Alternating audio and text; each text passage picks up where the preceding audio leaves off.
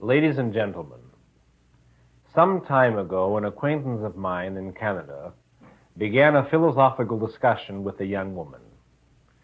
Although he made no reference to Ayn Rand or to Objectivism in the discussion, it was the philosophy of Objectivism that he was in fact expounding. When he met the young woman again a week or so later, she told him of the following incident.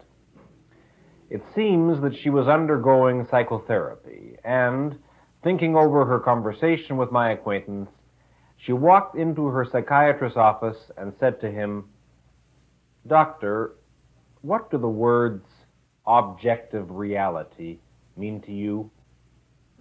Her psychiatrist answered, "They mean that you've been talking to someone who's an admirer of Ayn Rand."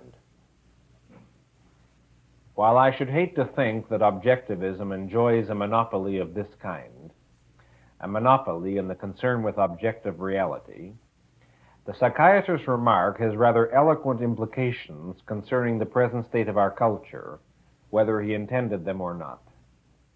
Ours is not an age in which objectivity, realism, or rationality are conspicuous cultural traits. If I were asked to summarize the essentials of the objectivist philosophy in a single sentence, a rather long sentence, I would say that objectivism holds A, that existence, reality, the external world, is what it is, independent of man's consciousness, independent of anyone's knowledge, judgment, beliefs, hopes, wishes, or fears. That facts are facts, that A is A, that things are what they are. B, that reason, the faculty that perceives, identifies, and integrates the material provided by man's senses, is fully competent to know the facts of reality. C, that man's perception of the facts of reality must constitute the basis of his value judgments. That just as reason is his only guide to knowledge, so it is his only guide to action. D, that man is an end in himself, not a means to the ends of others.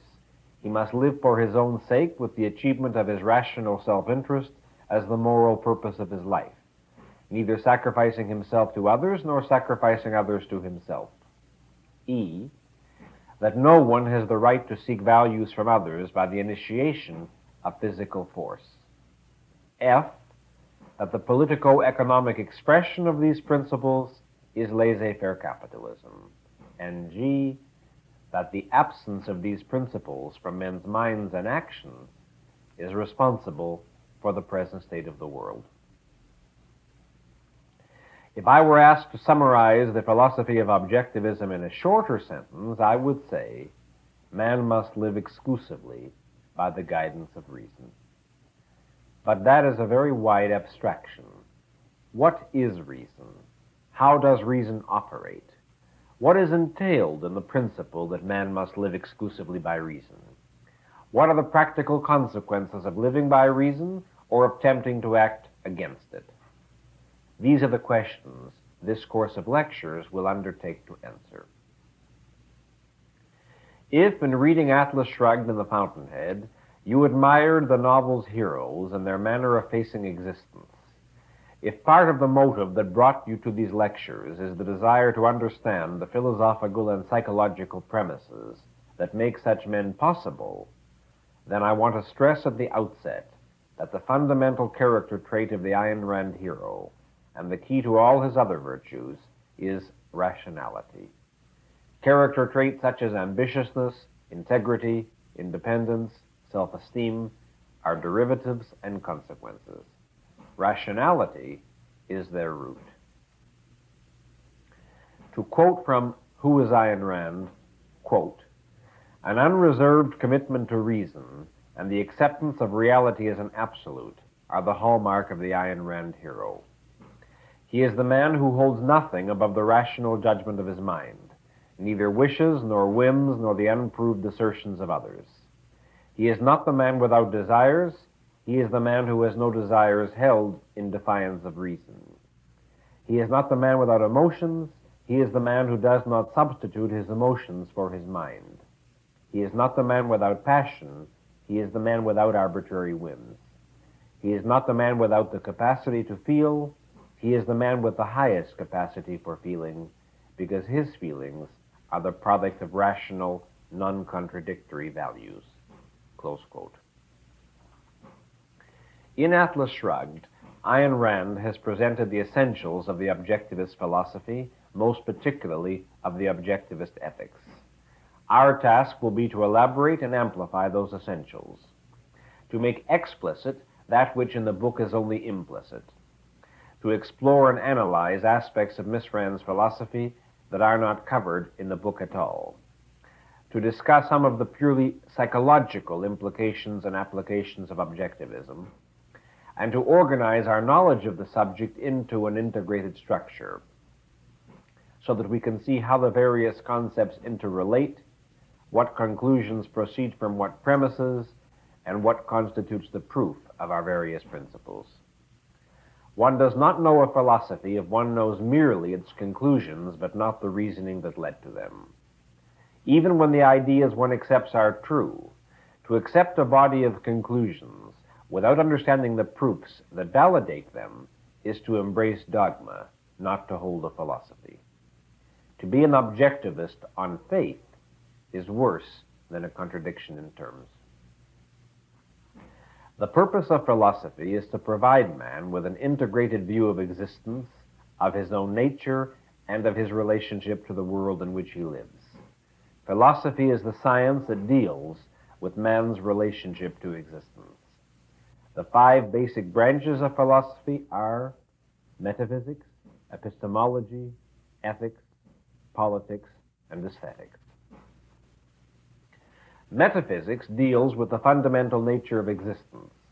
It defines those basic principles which are true of everything that exists, as distinguished from special sciences which study specific particular fields, such as physics, which studies matter and energy, biology, which studies living organisms, mathematics, which studies quantity, and so forth. The principle that that which is what it is, independent of any perceiver, is a metaphysical one. The law of causality, the principle that every event has a cause, is similarly metaphysical. By metaphysical, we mean pertaining to existence, to reality, to the nature of things. Epistemology deals with the nature and means of human knowledge. It is concerned with such questions as, what is the role of sense perception in the acquisition of knowledge? Is certainty possible to man?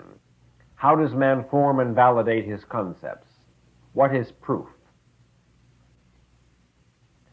That the material provided by man's senses is the ultimate source of all human knowledge, or that contradictions in one's thinking constitute proof of an error, are epistemological principles. Ethics is concerned with discovering and defining a code of values to guide man's actions and choices, the actions and choices that determine the purpose and course of man's life. Ethics asks such questions as, by what standard should man choose his values? For what purpose should man live? How should men deal with one another? Politics deals with the principles, purposes, and organization of social systems. It is concerned with such questions as, what is the proper relation of government to the individual? Is the power of government limited? Does man possess rights? What issues are properly the subject of legislation? Aesthetics deals with the nature of art. It is concerned with such questions as, what are the criteria of good and bad art? What is the role of art in man's life? One cannot define a code of ethics and answer the question, what actions are right or wrong for man, until one has answered the question, what is the nature of the universe in which man lives, and by what means does he know it? That is, without a metaphysics and an epistemology. Politics is derived from ethics.